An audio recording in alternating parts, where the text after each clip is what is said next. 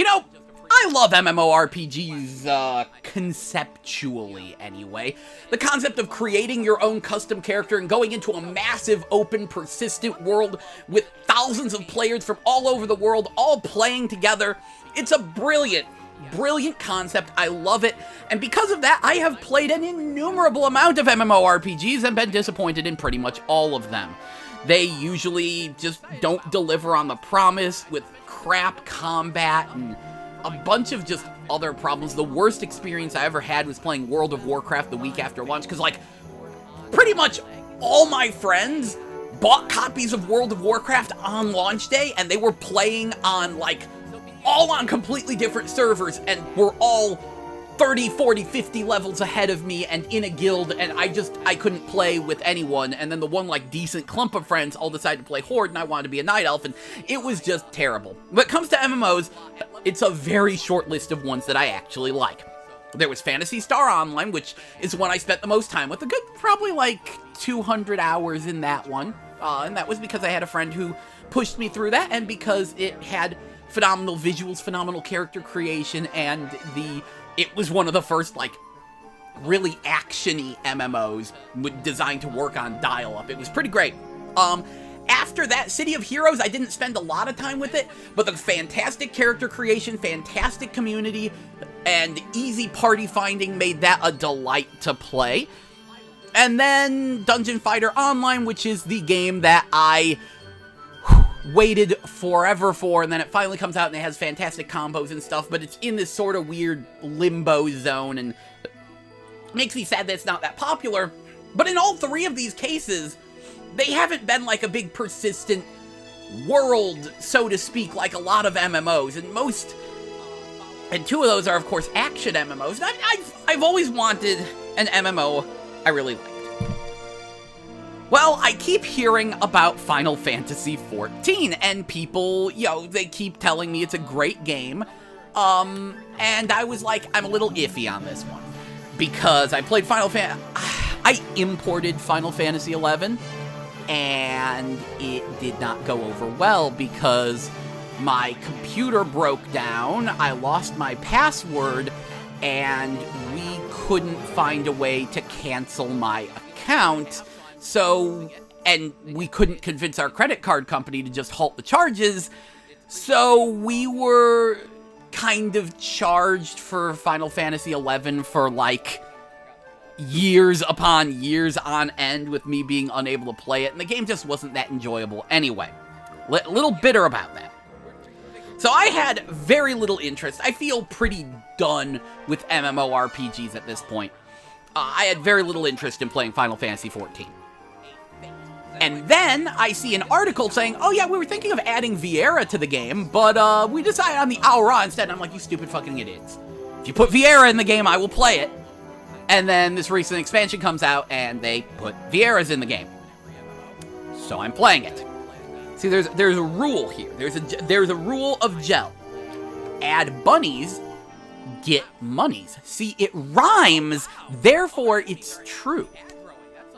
So, yeah, the other day, well, a few days ago now, I was looking at the Steam Summer Sale, and I was like, oh yeah, the expansion for Final Fantasy XIV that's supposed to add Viera, that's supposed to come out soon, right? I wonder if Final Fantasy XIV is on sale. And then I remember there's early access, and I'm like, wait, hold on. Boop, boop, boop, game FAQs. Hey, guys, if I were to buy this game, like, right now, before, like, mere hours before they shut the servers down to add in the Shadowbringers expansion, if I pre-order it now, do I get early access? And they said yes. I said done. Now it's here that you're going to say, but Gel, you know there's like a free demo you probably should have played to see if you actually like the game first. No, because I know about that, but I already know I don't like the game, because I know it's an MMO, and if it doesn't have bunnies in it, like the demo won't, because it's not the expansion pack, then I don't care. I'm here for the Vieras. That's it. Thankfully, good news, it was only $60 to be caught up. The base game with Heavensward is, the first expansion. That's only $20. And then the Shadowbringers expansion is $40, and it comes with all previous expansions. So basically, you pay $60 to have the most recent version of the game. So that was very good. Better still, Square Enix has a benchmark you can download off their website that lets you create your character ahead of time and save it. And that was very good because the servers were down for a whole day to add in the Shadowbringers expansion. And during that time, I sat there and spent pretty much the entire day trying to make decisions on my VR. The customization options aren't as great as I would like. There's very few slider bars, but there's still a lot of hard decisions to be made, and I'm pretty happy with my character. And yeah, so I'm jumping in, and I figured it might be kind of fun to do like a daily, almost daily vlog on this to see if the game manages to make me fall in love with it, or if I fall out of love with it. Yo, see the progression. And initially, I was a little iffy on this. I figured no one would care, and then it's like, you know, now it's just sort of become a screw it, why not? I'm just gonna talk into a microphone while playing a little bit of footage of the game. But yeah, so I didn't record anything on day one, and I kinda wish I had, because day one went a little bit sour, and day two was phenomenal. And that's why I decided, okay, maybe we should start recording this, especially because there are so many people right now flooding into Final Fantasy XIV. I see all these people going, you know, is this game any good? Should I start playing it? Is it a bad idea to start as a newbie now this far into the game? And of course, all the pros are like, yeah, no, go, you know, all the people who've been playing for a long time are like, yeah, no, go in there, go have fun, you're gonna like the game. Yeah, but they skip over a lot of aspects. They don't really explain it all that well. You know, they don't really have a ground level view of what it's like to jump in as a newcomer in 2019 with Shadowbringers. Yo, starting with A Realm Reborn and working your way up. Now, fair warning, I rarely stick with MMOs. I have a very short attention span. I don't spend hours upon hours a day grinding. In many ways, I want to get into an MMO, but they kind of aren't the genre for me at the same time, because I don't have quite the same dedication. I fully expect to jump off this train, and it's going to be very interesting to see where. So, okay, created my character, load the game up, and then I have to decide on a starting class, which also determines your starting city. Now, interesting thing about this is that your character actually doesn't level up. Your class levels up, and you can switch class pretty much at any time. I think you have to make it to like level 10 first with your first class before they let you do that. But pretty much, you can just switch class whenever. Just go to the appropriate guild, ask them to let you in, and, you know, get the right equipment, start doing class quests, and it's all hunky-dory. And so I knew that what I want to be is a dancer, but dancer, you have to get any class to level 60 before that unlocks. I was thinking bard, but you have to get archer to level 30 to be a bard, and I fucking hate archers. And what starting class you choose determines your starting city, because that's where the guild for your class is. And I really didn't want to do the forest city. Like, if it was literally the Vieira homeland, if it was the Golmore jungle, I would have been in. But no, it's friggin' stupid elf jungle, and I'm like, you know what, I want to do the desert city. And I found out that pugilists have claws, and claws are my favorite weapon, so I'm like, screw it, we're doing pugilist. So, started in Ul'dan, and from there we get a cutscene, and this is the main selling point of Final Fantasy XIV, is the cutscenes. Because it has big, fancy, dramatic camera angles, fully voice-acted cutscenes. Not a lot of them are fully voice-acted. Don't expect tons and tons of voice acting. But it has a few voice-acted cutscenes. They sound very, very nice, and this is incredibly important.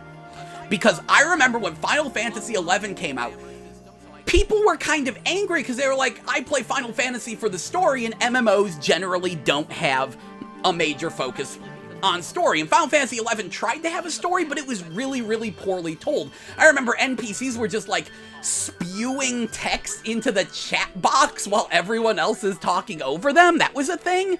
Like, Final Fantasy XI had a plot, but it wasn't well executed. and it was really easily ignorable. That's the thing, like a lot of MMOs, they technically do have a plot, it's just really easy to ignore. So, Final Fantasy XIV going, yo, hold up, here's a cutscene, and you can skip it if you want, but you're skipping kind of the best part of the game. When they go, hey, here's a big, fancy, fully voice-acted cutscene featuring your character, it's like, hey, I should stop and watch this and, you know, get a, hey, there's a story. They're smacking you upside the head with the story, and this is good. There is a central, practically single-player plot and an ending for each expansion, making it very single-player compatible. And that's good because a lot of Final Fantasy fans are incredibly antisocial. But why would someone who wants to play solo ever play an MMO? That's beside the point. Just let them have their fun, especially because, since so many Final Fantasy fans, you know, antisocial, I want to play single-player types, they wouldn't, you know, they'd be iffy on playing an MMO otherwise, right? But you put in that single-player content, you get them all in that same room, on that same server playing that single-player content, and they might bump into one another and start to come out of their shell. The other nice thing about Final Fantasy XIV is the sheer amount of Final Fantasy references in it. I think a lot of this has to do with what happened in the past. If you're unfamiliar, Final Fantasy XIV is called A Realm Reborn because version 1.0 was a dumpster fire. Like, Final Fantasy XIV, I swear, came out before Final Fantasy XIII.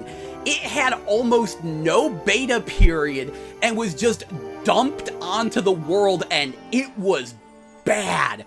So bad, Square Enix fired, like, most of the people responsible. They suspended the monthly subscriptions, and they deeply apologized for the mess they made and promised to make it right, which eventually resulted in them completely rebuilding the game from the ground up.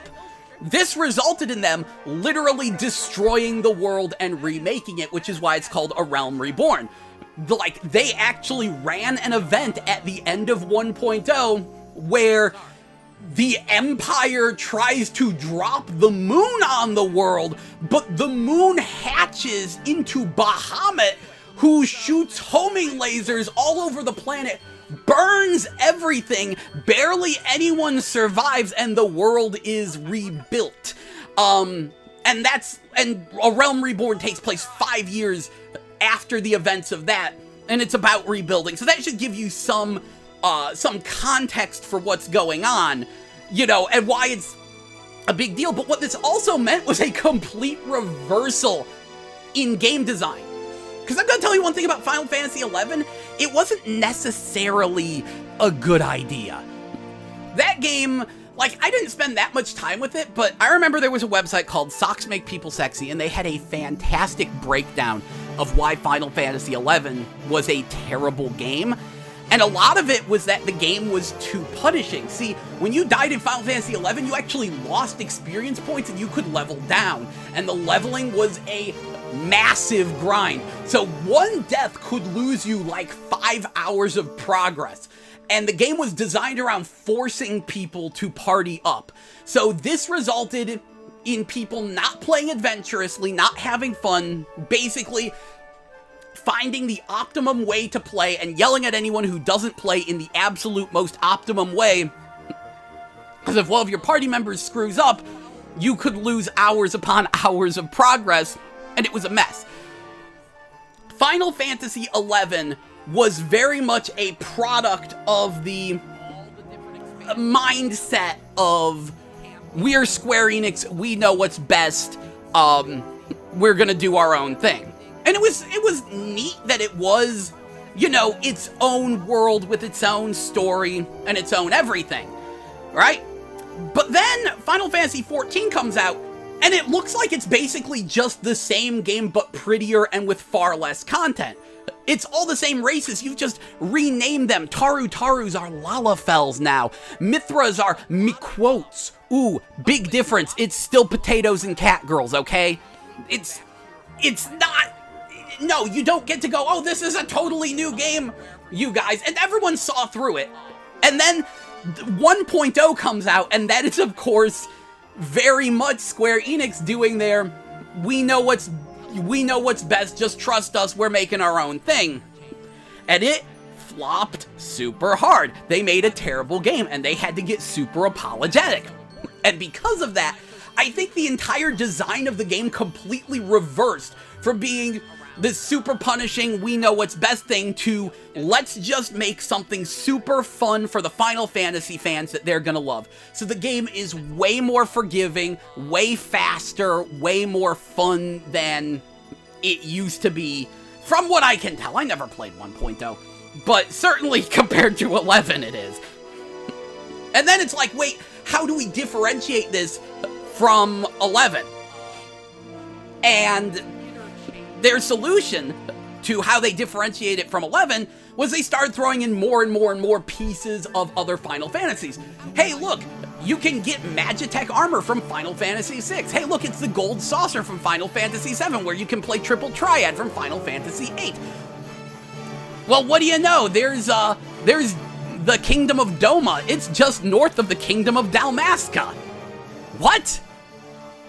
And these all have plots. In fact, one of the most intriguing things, they did there's still a way to play this, but they did a series of quests just recently called Return to Ivalice, where you go to Dalmasca and you meet up with Fran, and eventually you wind up at the Orbone Monastery with Agrius and Orlandu. So, yeah, and it's covering Final Fantasy XII and tactics and all that stuff. They've got some Vagrant Story music in there. You can get outfits from those games. And then the best part, they actually got the guy who made Final Fantasy XII and tactics to come back and write the story with monster designs by the Beast Wrestler guy. I'm probably the only person who loves Beast Wrestler out here, but they got the Beast Wrestler guy to do monster designs. He also did a show called Garo. Anyway, yeah. So they do things like that, and I'm really curious, because this means that they have plot, so there's an explanation for why these are here, right? Is it space-time warping, oh shoot, the kingdom just got teleported here? Or is it this world runs parallel to the worlds of all other Final Fantasies, allowing for mirror images of existing areas? So there's a Dalmasca, but it's not the same Dalmasca, but boy howdy is it sure is similar. I don't know which it is, and I actually really want an answer to that. I'm hoping the game will answer that, because that's actually really intriguing. I'm fully on board with any idea, because the most important thing is having fun. I just want to know which excuse they came up with to explain it, and I like this because, again, Final Fantasy XIV, it's Final Fantasy Online. Most of the people playing it are huge Final Fantasy nerds. How do you make them happy? Oh, hey, give them the stuff they like. Again, I'm playing it because they added Viera. Someone else out there is playing it because, dude, they put in the Magitech. Both flavors. Actually, more than 2 flavors, but, like, both the cover art version and the in-game version of the Magitech armor are in there, and you can get it as a mount, and that's awesome. And so there's a lot of things that I'm looking at this, and I'm like, I really like what I see. So, okay, make my character, load into the game, get my quests, run around a bit, finally get out onto the field on day 1, and, oh my goodness, this sucks. This is just click on enemy and wait for it to fall over, huh? I got one skill. I'm going to spam this one skill. Oh, boy. Here we go. One thing I do like, though, complete controller support. This was made originally on PS3, to work on PS3 and on PS4.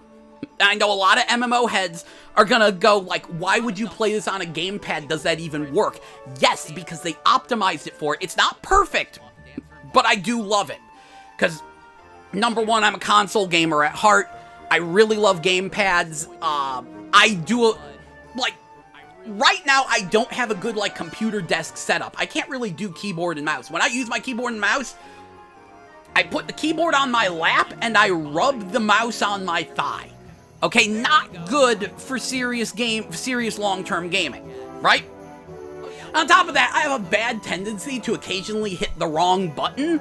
on keyboards, because there's a ton of buttons, and you try to hit the button to open your inventory, and you accidentally press the charge me $1,000 button. And you laugh and you go, haha, that doesn't exist. You'd be surprised.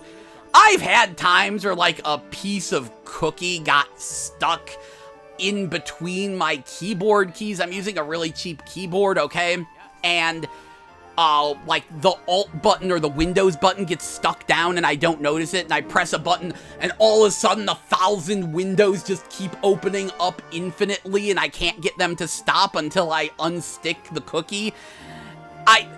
I have the dumbest computer issues, but having a nice, safe, here's all the buttons you'll ever need in my hand, that's really nice. Makes the game very relaxing. It also means that this would be playable, like, laying down. I've been thinking about using the Steam streaming function to stream the game to my crap top in my bedroom and see if I could just play it laying in bed. That might be really nice, since you can do pretty much everything except chat using the controller. So that's very good, and I also really don't like mouse controls. I like mouse controls for real-time strategy games and simulations. I don't like clicking to go somewhere. So, and like I said, City of Heroes, the fact I rebound everything to a gamepad meant a lot to me. So the fact that, yeah, I physically hit the analog stick to run around, and then I hit the button to lock onto enemies and hit buttons to do attacks, that does improve things. But day one, not that great, but some random person ran up to me and gave me 20,000 gil, so I'm committed to the mistake. As for my server, it might wind up changing. I know I have a bunch of friends who play this game, but I also know that I'm not very committed to the game. So I've been iffy about being like, hey, I'm gonna play Final Fantasy 14, what server are you on? I'm like, you know what, no. I'll just pay the $18 to server transfer when we get it all sussed out. And then I find out that you can transfer for free between the worlds on your data center. And I'm on the Primal data center, and what luck, my friend in the UK has her American character on the Leviathan server, so maybe I'll move to that. Right now I'm on Famfrit, but either way, we're both on Primal, and that's good.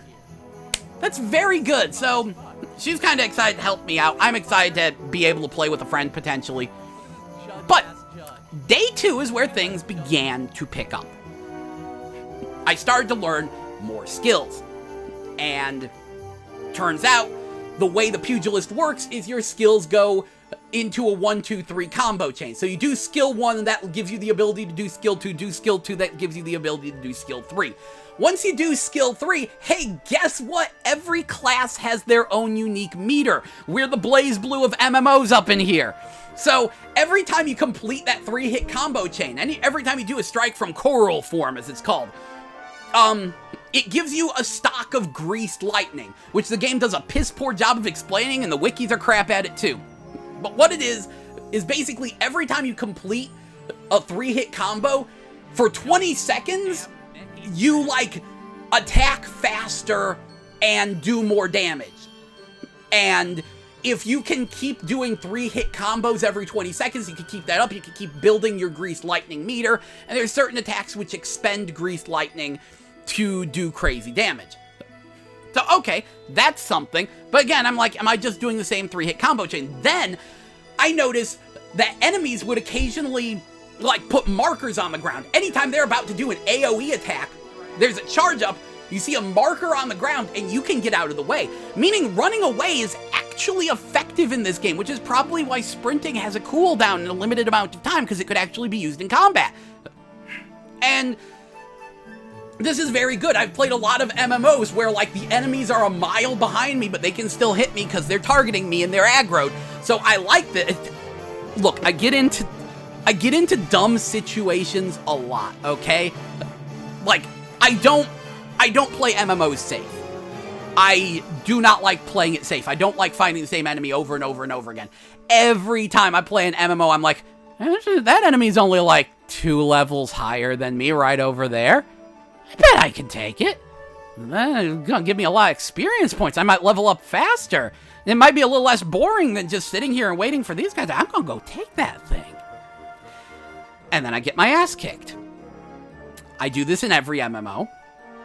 And I like it when running away is effective. Also, the death penalty in this game is not that bad. Your equipment just takes durability damage and you have to get it repaired. Fine. I'm fine with that. You get booted back to the last town and you have to do that. I like this.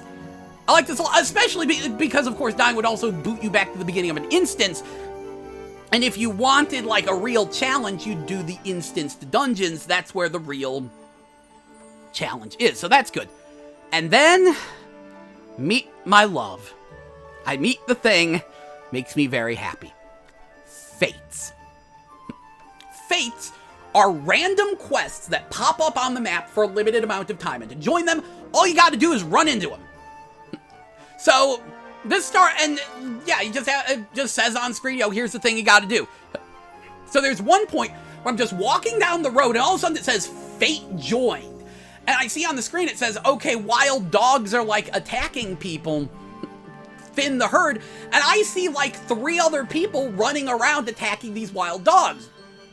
So I just run over there and I start fighting alongside them. And the game keeps spawning in more and more and more wild dogs. And they're putting all these markers on the ground. I'm trying to run around them. And come to find out, my skills do more damage. Some of them do more damage from behind and some do more damage from the side. Now, it's very hard to get behind or to the side of an enemy normally. But when they're charging up one of their AoE attacks, that's a good opportunity to get behind them and hit them with one of my skills. And when they're being distracted by other players, hey, the best way I could help that player out is to shove my fist up that dog's ass. So, all of a sudden, the game goes from being really boring to being actually very interesting, as there's markers all over the ground. I'm trying to stay out of the red glowy spots while jockeying for position, trying to get myself behind an enemy so I can shove my fist up their ass. Unfortunately, I'm having a little bit of trouble with the targeting system. Sometimes it'll target things that I don't want it to target.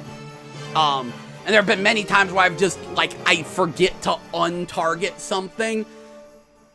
But other than that, you know, other than me being targeted to an enemy, running over to another enemy, at the other side of the battle, and then trying to attack, and it says I'm out of range, and I don't know why.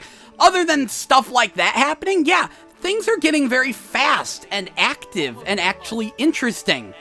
And come to find out, like, the 3-hit combo is really weird because it has, like, a unified cooldown, okay? But it doesn't cost anything. But, yeah, you have to... You do one skill, then you wait, then you do the next skill, then you wait, then you do the next skill. But then I got Sweep the Leg, which causes stun.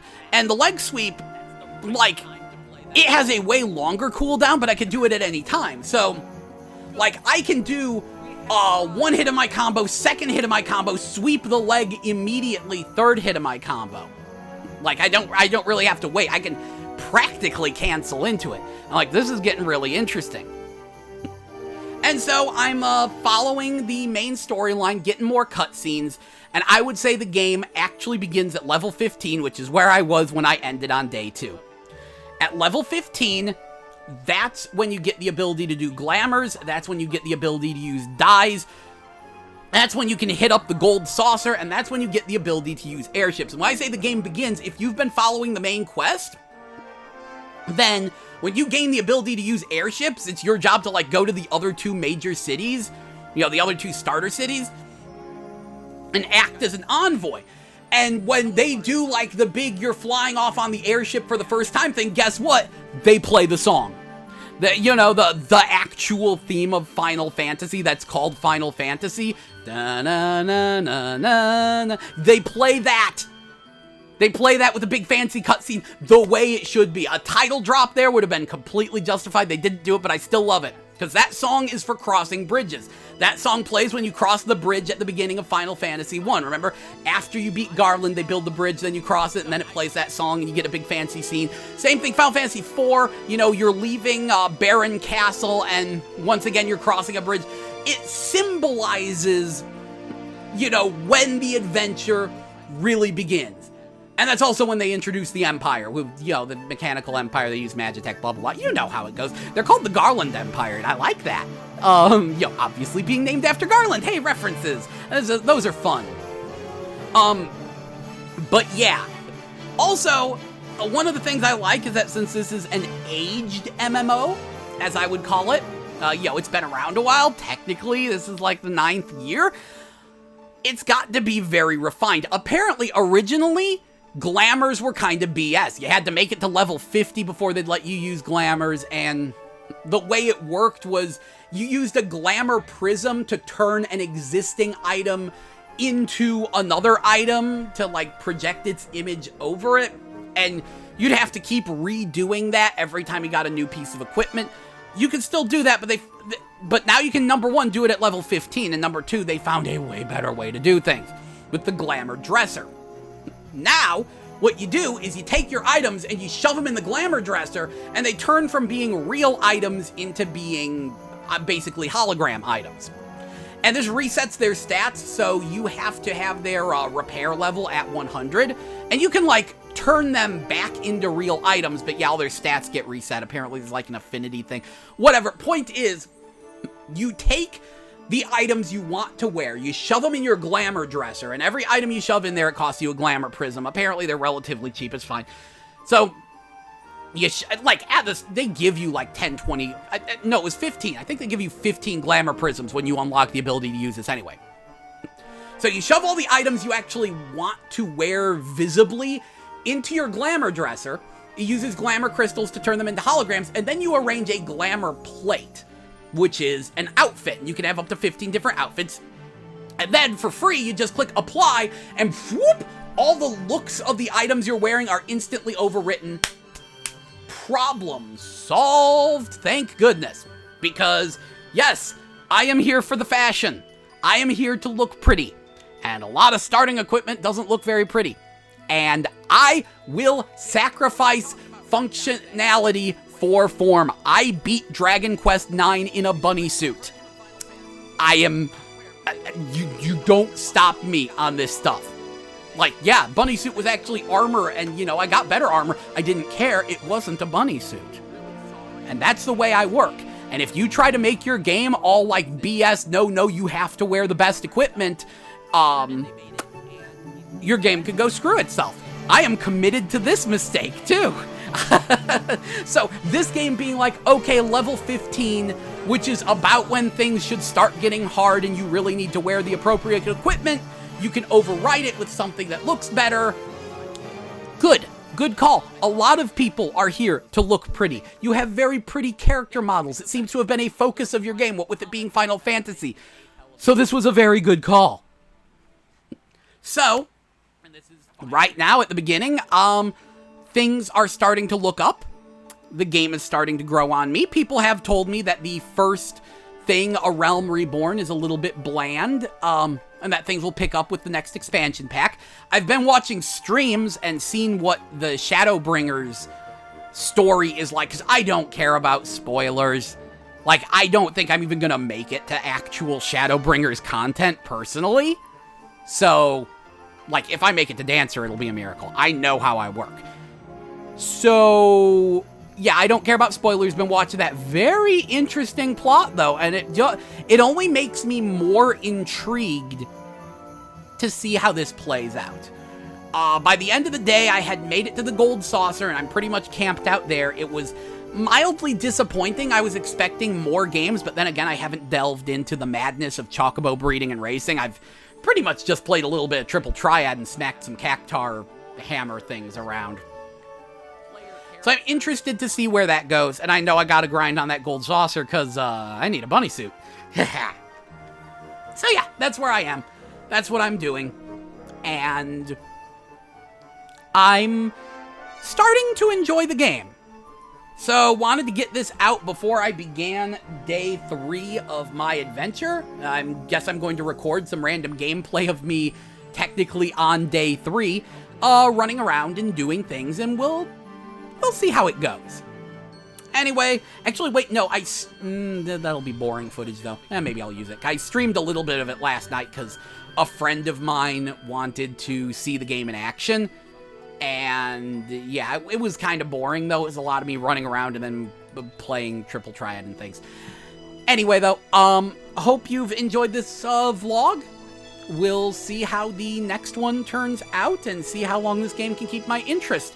Fair warning, though, July 3rd begins the Crash Team Racing grind, which was why I wanted early access, because, like, you give me this July 2nd, Crash Team Racing kind of takes priority. I have waited for the Trophy Girls to be playable for 20 years, and I need to grind them out on 2 different consoles.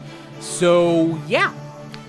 I'll be doing that, and we'll see how that interrupts my Final Fantasy XIV adventures. But until then, we'll ride this train and see how far we go. Thanks so much for listening. Hope you enjoyed. Catch you tomorrow. Hopefully.